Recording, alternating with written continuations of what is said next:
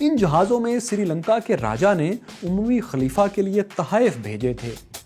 مسلم مورخین کے مطابق یہ جہاز راجا داہر کے حکم پر لوٹے گئے تھے، یعنی راجا داہر ڈاکوؤں کے ساتھ ملا ہوا تھا۔ ان ڈاکوؤں نے جہازوں میں سوار مسلمان عورتوں کو بھی قیدی بنا لیا اور ساحل کے قریب ہی کہیں دیبل کی جیل میں بند کر دیا۔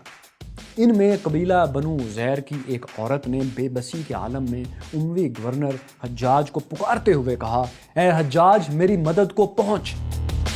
جب ان جہازوں سے بچ جانے والے کچھ لوگوں کی زبانی حجاج کو اس عورت کی پکار کا علم ہوا تو اس نے بے قرار ہو کر کہا، میں حاضر ہوں۔ پھر حجاج نے راجہ داہر کو خط لکھ کر مسلمان قیدی رہا کرنے اور ڈاکوؤں کو سزا دینے کا مطالبہ کیا۔ راجہ داہر نے جواب میں لکھا کہ مسلمانوں کو اغوا کرنے والے سمندری ڈاکو ہیں، ان سے زیادہ طاقتور اس علاقے میں کوئی نہیں اور وہ میری اطاعت بھی نہیں کرتے، سو میں کچھ نہیں کر سکتا۔ راجہ کا یہی کچھ نہ کرنا یا انکار حجاج بن یوسف کو غضبناک کر گیا۔ اس نے دیبل پر چڑھائی کا حکم دے دیا۔ یوں سندھ پر نئے حملوں کا آغاز ہوا۔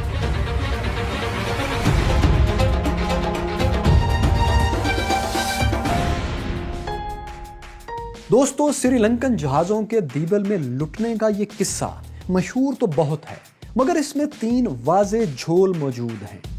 پہلا جھول یہ ہے کہ جہازوں کو لوٹنے کا الزام عرب فاتحین کی لکھی ہوئی تاریخ جیسے کہ چچ نامہ اور اس جیسی کتابوں میں لگایا گیا ہے، لیکن اس واقعے کا اس کے علاوہ دوسرا کوئی ریفرنس نہیں ہے۔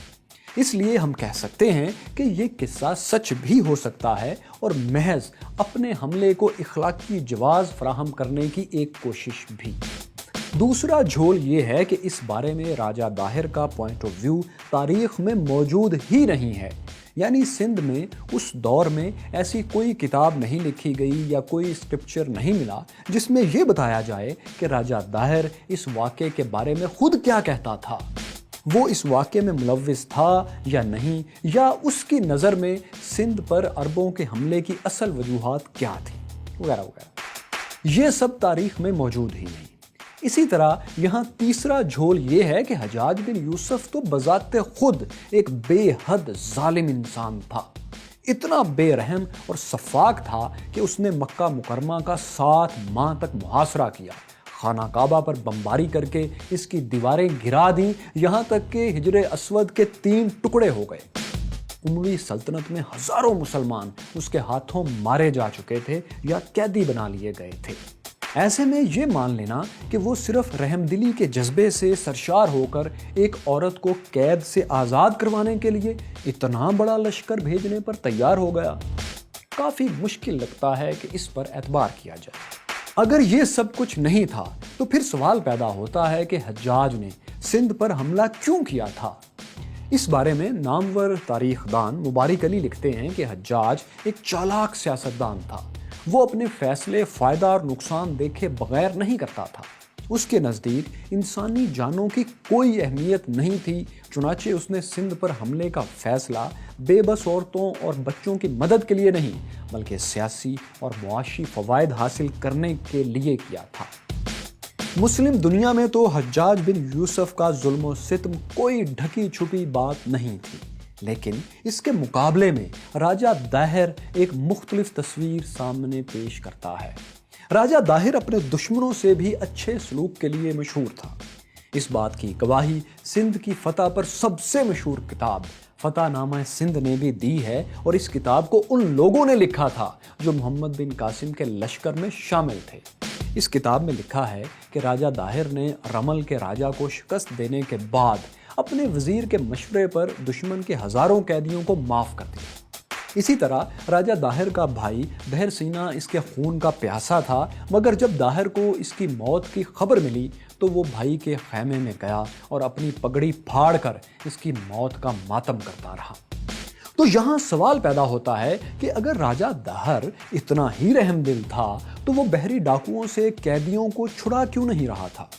مسلمانوں کی فتوحات پر لکھی کتاب فتوح البلدان کے مطابق راجہ داہر کا جواب یہ تھا کہ جہاز ڈاکوؤں نے لوٹے ہیں جو میری دسترس سے، میری پہنچ سے باہر ہیں، یعنی راجہ داہر نے معذوری ظاہر کر دی۔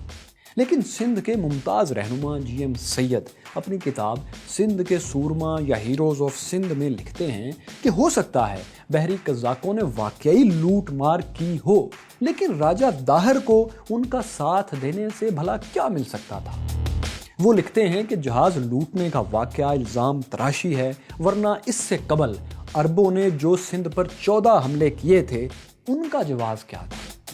بہرحال تاریخ کے یہ دونوں ورژن بہت متنازع ہیں اور دونوں پر آج بھی بحث ہوتی ہے کہ یہ جہازوں کو لوٹنے کا واقعہ راجہ داہر کے حکم پر تھا یا اس کا اس سے کوئی تعلق نہیں تھا۔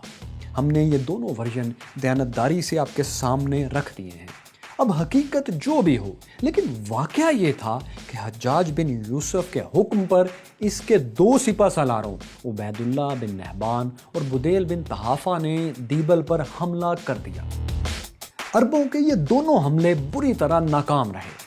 ان حملوں میں حجاج بن یوسف کے یہ چہیتے سپہ سالار بھی مارے گئے۔ حجاج کو ان سپہ سالاروں میں سے بدیل بہت زیادہ عزیز تھا۔ کہتے ہیں جب حجاج کو اس کے مارے جانے کی اطلاع ملی تو اس نے غصے میں اطلاع دینے والے کو بھی سزا سنا دی۔ اس کے بعد اس نے کوفے کے امام مسجد سے کہا، تم جب بھی اذان دو تو مجھے بدیل کا قتل یاد دلاتے رہنا تاکہ میں انتقام لے سکوں۔ اس واقعے سے ہم سمجھ سکتے ہیں کہ حجاج بن یوسف سندھ پر حملے کے لیے مزید بے چین ہو گیا تھا۔ حجاج کی اسی بے چینی کو دیکھتے ہوئے اس کے ایک کمانڈر عامر بن عبداللہ نے پیغام بھیجا کہ سندھ فتح کرنے کا موقع اسے دیا جائے، لیکن حجاج بن یوسف اس کمانڈر کی صلاحیتوں سے زیادہ متاثر نہیں تھا۔ چنانچہ اس نے یہ پیشکش مسترد کر دی اور سوچ و بچار کرنے لگا۔ سوچ و بچار کے بعد وہ نجومیوں کی طرف متوجہ ہوا۔ اس نے ایک ذائچہ بنوایا اور خود فال نکالی۔ ذائچے اور فال دونوں سے جو اسے اشارے ملے ان کے مطابق سندھ کو ایک ہی شخص فتح کر سکتا تھا اور وہ تھا عماد الدین محمد بن قاسم۔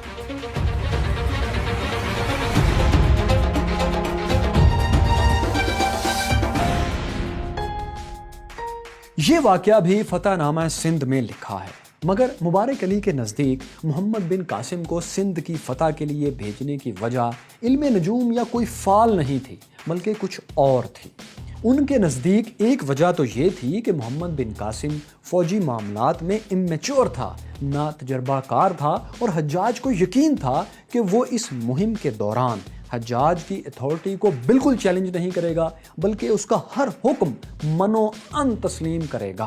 اور یہی حجاج بن یوسف چاہتا تھا کہ اس کا حکم 100% حرف بحرف مانتے ہوئے اس کا کوئی جنرل سندھ پر حملہ کرے۔ دوسری وجہ یہ تھی کہ محمد بن قاسم حجاج کا رشتہ دار تھا اور حجاج اس کی تربیت کر کے اپنے خاندان اور قبیلے کی طاقت بڑھانا چاہتا تھا۔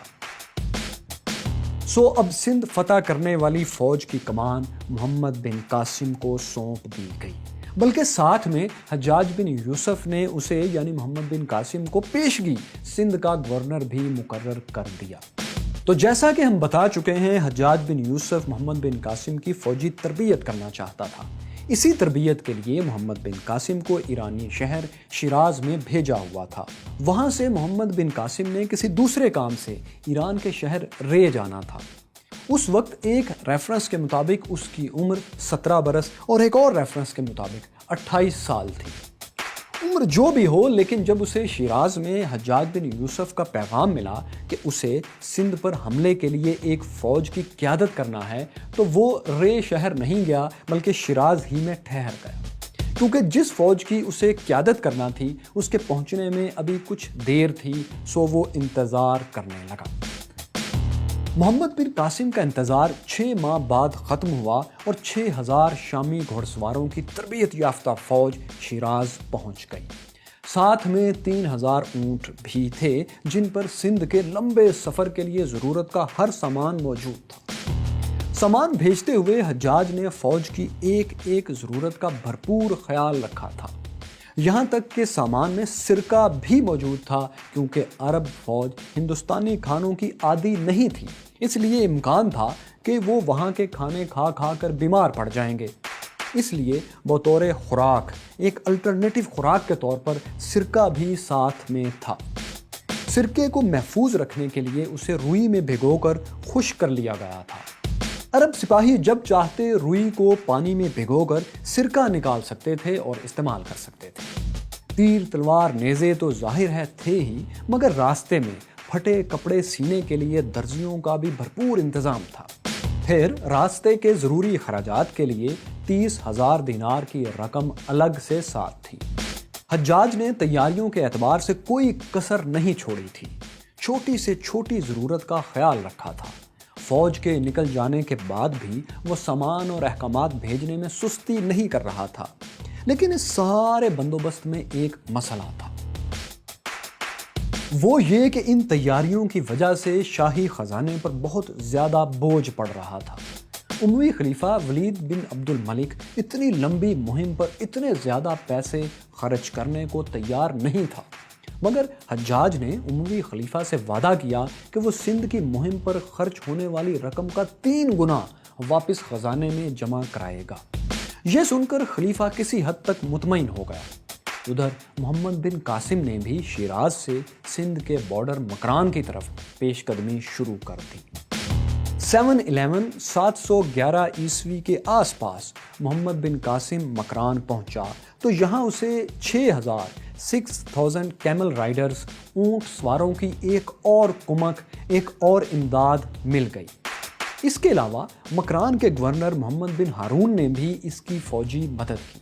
اس ساری فوج کے علاوہ حجاج بن یوسف نے دیبل کی دیواریں توڑنے کے لیے 5 منجنیقیں، 5 کیٹاپلٹس خصوصی طور پر بحری جہازوں کے ذریعے دیبل روانہ کر دی تھی۔ ہر منجنیق، ہر کیٹاپلٹ کو چلانے اور اس کی دیکھ بھال کے لیے 500 آدمی موجود تھے۔ ان میں ایک منجنیق کا نام عروس، دلہن، برائیڈ تھا۔ اب یوں تھا کہ 2 راستوں سے عرب لشکر سندھ کی طرف بڑھ رہا تھا، زمینی راستے سے محمد بن قاسم اور سمندر سے منجنیقیں لانے والا لشکر جو چھوٹا تھا۔ اس سارے انتظام کے باوجود بھی حجاج بن یوسف کے ذہن میں اپنے انتہائی قابل جرنیلوں کا انجام بھی تھا، سو وہ کسی صورت اس بار یہ شکست نہیں دیکھنا چاہتا تھا۔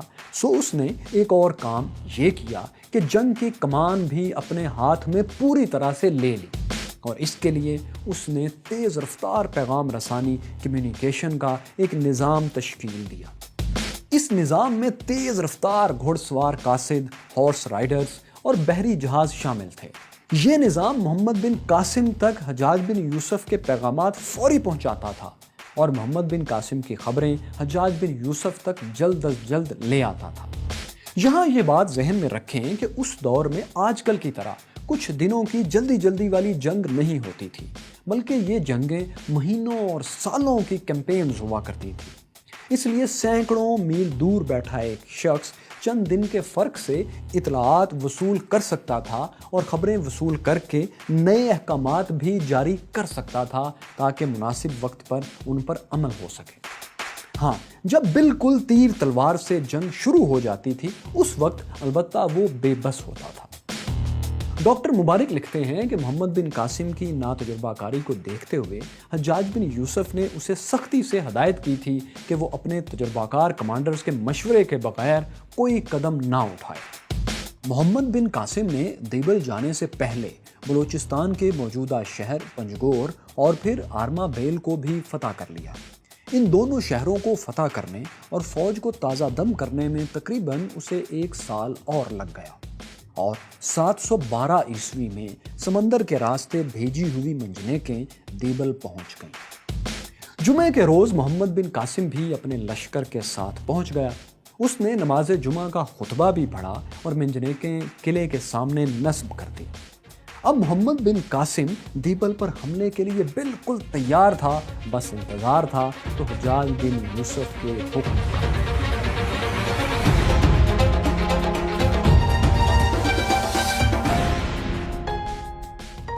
حجاج بن یوسف نے دیبل کے حوالے سے محمد بن قاسم کو ایک خاص ہدایت کی تھی۔ اس نے کہا تھا کہ جب تم دیبل پہنچو تو ایک آدمی کو ہمیشہ قرآن پاک کی تلاوت پر لگائے رکھنا۔ جب ضرورت پڑے تو لا حول ولا قوت الا باللہ العلی العظیم کا وظیفہ پڑھنا۔ دیبل کے پاس اپنے کیمپ کے گرد 24 فٹ چوڑی اور 18 فٹ گہری خندق کھودنا اور اس خندق کے کناروں کو مٹی کے ذریعے 18 فٹ اونچا کر دینا، دشمن سے مقابلہ کرتے ہوئے خاموش رہنا، چاہے دشمن نعرے لگائیں اور بیہودہ بکواس کریں اور چاہے وہ تیار ہو جائیں، مگر جب تک میں حکم نہ بھیجوں جنگ نہ شروع کرنا۔ محمد بن قاسم نے حکم پر پورا عمل کیا۔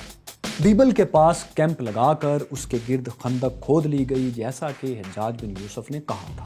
ادھر حجاج بن یوسف فتح کے لیے صدقات اور خیرات بھی کرتا جا رہا تھا۔ عرب لشکر پہنچنے کے 8ویں روز حجاج بن یوسف نے حملے کا حکم دے دیا۔ یہ حملہ ہوا لیکن اس حملے میں دیبل فتح نہ ہو سکا۔ کیوں؟ آخر ایسا کیا ہوا کہ محمد بن قاسم کے لشکر کی منجنیق کاٹنا پڑ گئی؟ راجہ داہر نے عرب لشکر کا مقابلہ کیسے کیا؟ کیا راجہ داہر کی بیٹیوں نے محمد بن قاسم سے انتقام لیا تھا؟ محمد بن قاسم جب عرب لوٹا تو اس کے ساتھ کیا ہوا؟ یہ سب آپ کو محمد بن قاسم کے دوسرے حصے میں یہاں ملے گا۔ یہاں دیکھیے افغان سالار محمود غزنوی نے کیسے سومنات فتح کیا، اور یہ رہی پاک بھارت 1965 جنگ کی مکمل کہانی۔